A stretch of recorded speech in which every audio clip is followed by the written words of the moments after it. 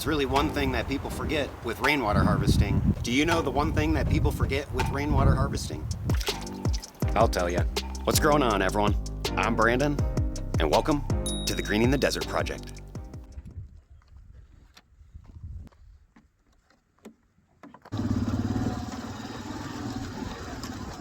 So one of our current problems is that we aren't catching enough rainwater altogether to supply all of the new trees and vegetation that we're growing, along with our personal needs and the livestock.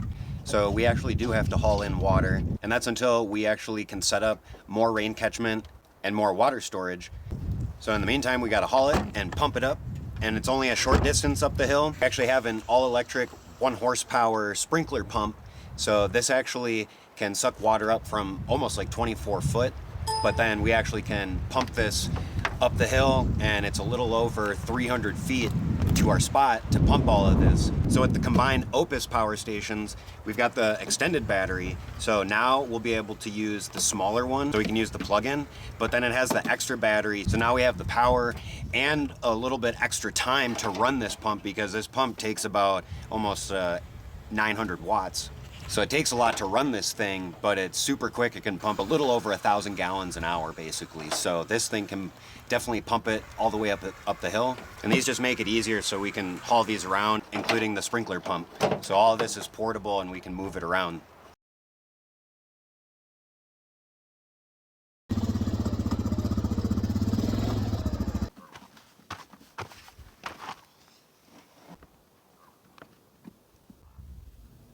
So I really think this is one of those issues that people don't understand a lot of the time, is the amount of water that it does take to run a homestead or green the desert like we are here.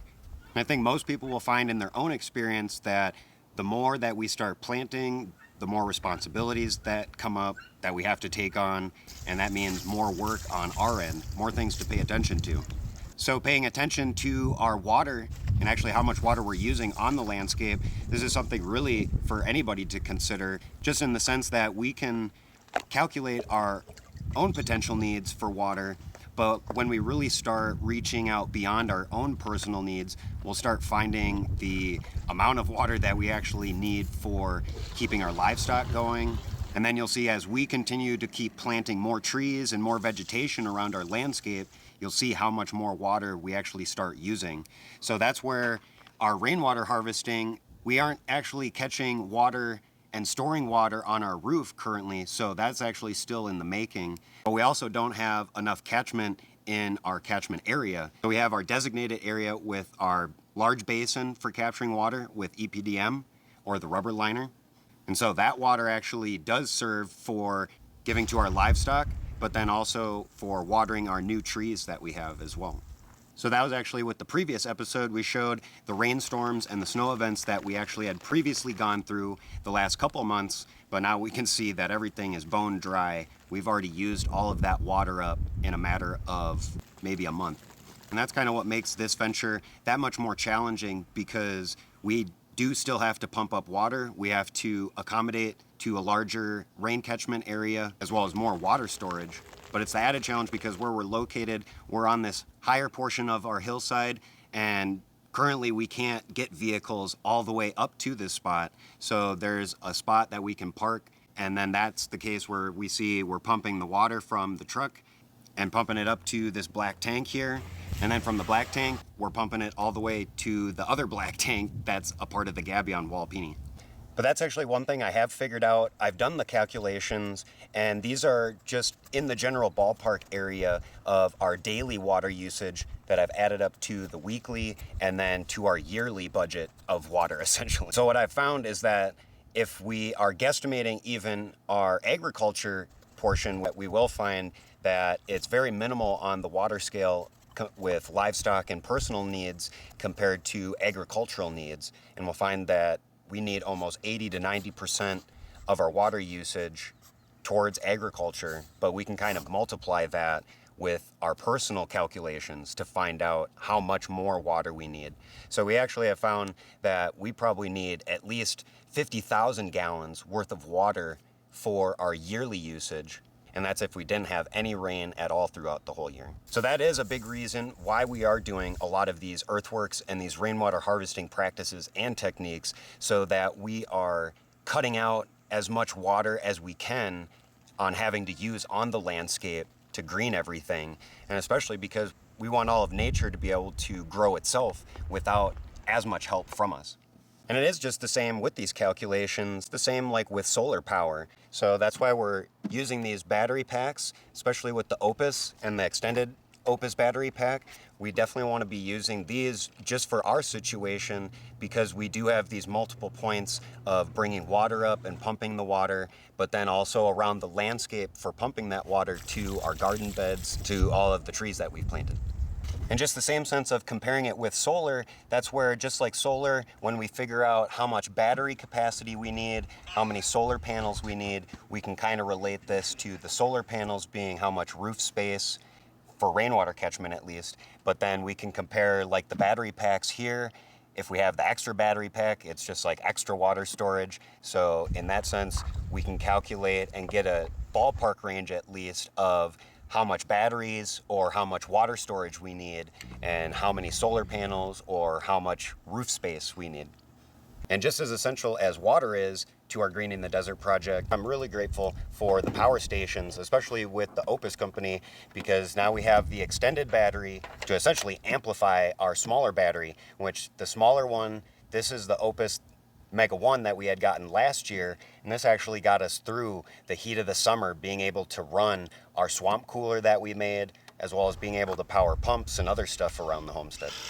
But now we've got this extended battery, which is twice the capacity of this smaller one, which actually puts these two together a little over a 200 amp hour battery. So this actually has a whole lot of power to it. So it's almost 3,100 watt hours of power basically. So that's what makes it real ideal, especially for the pumps we're using. That big sprinkler pump uses in between 900 to 1,000 watts. And then we've got a smaller pump in the black tank to pump it over to the Gabion Wallapini, and that one takes, a couple hundred watts. So we definitely need the power around here. And it's essential because of how we're building everything and how we don't necessarily have a designated spot quite yet for all of our tools, the saws and everything. So these power packs really are ideal for portability and just being able to post up on one spot, use all the tools and the power where we need it, pack it up, and then bring it to the next spot where we need it. Now, just like water, these power stations have been indispensable and the most helpful thing on this Greening the Desert project. And especially because we still have many more projects that are going to require a lot of power, and just looking at the amount of irrigation that we're doing now, and then also looking into the future, how much more we're going to have to do. And having the power is going to be an essential key tool for creating our food forest and also greening our landscape. I've really had no problems with the Oupes power station. We've almost had the smaller one for almost a year now, and we haven't had any issues with it. It's powered everything that we've plugged into it so far. And it was also nice because we had about 400 watts worth of solar hooked up to the smaller battery, and I was able to charge the battery from 50 to 60% all the way up to 100% in only a couple hours. So this thing charges pretty quick, and especially a lot quicker when you use the 110 volt plug-in. And now this extended battery is just going to double the capacity, being able to power more stuff and for longer. Now you can order the Oupes Mega 1 as well as the Oupes B2 extended battery on their website, but if you want the maximum discount, you can go to Amazon. So they've got their products now on Amazon that are at their lowest price that I'm sure they can get them. I've also put those links in the description box below. I guess that's the best part. If you got Amazon Prime, it's coming that much quicker to you. It's actually almost better to go to the Oupes website, because on top of the 5-year warranty you get with buying the Mega 1 or any power station, you also get 1 extra year of warranty just by going through their website.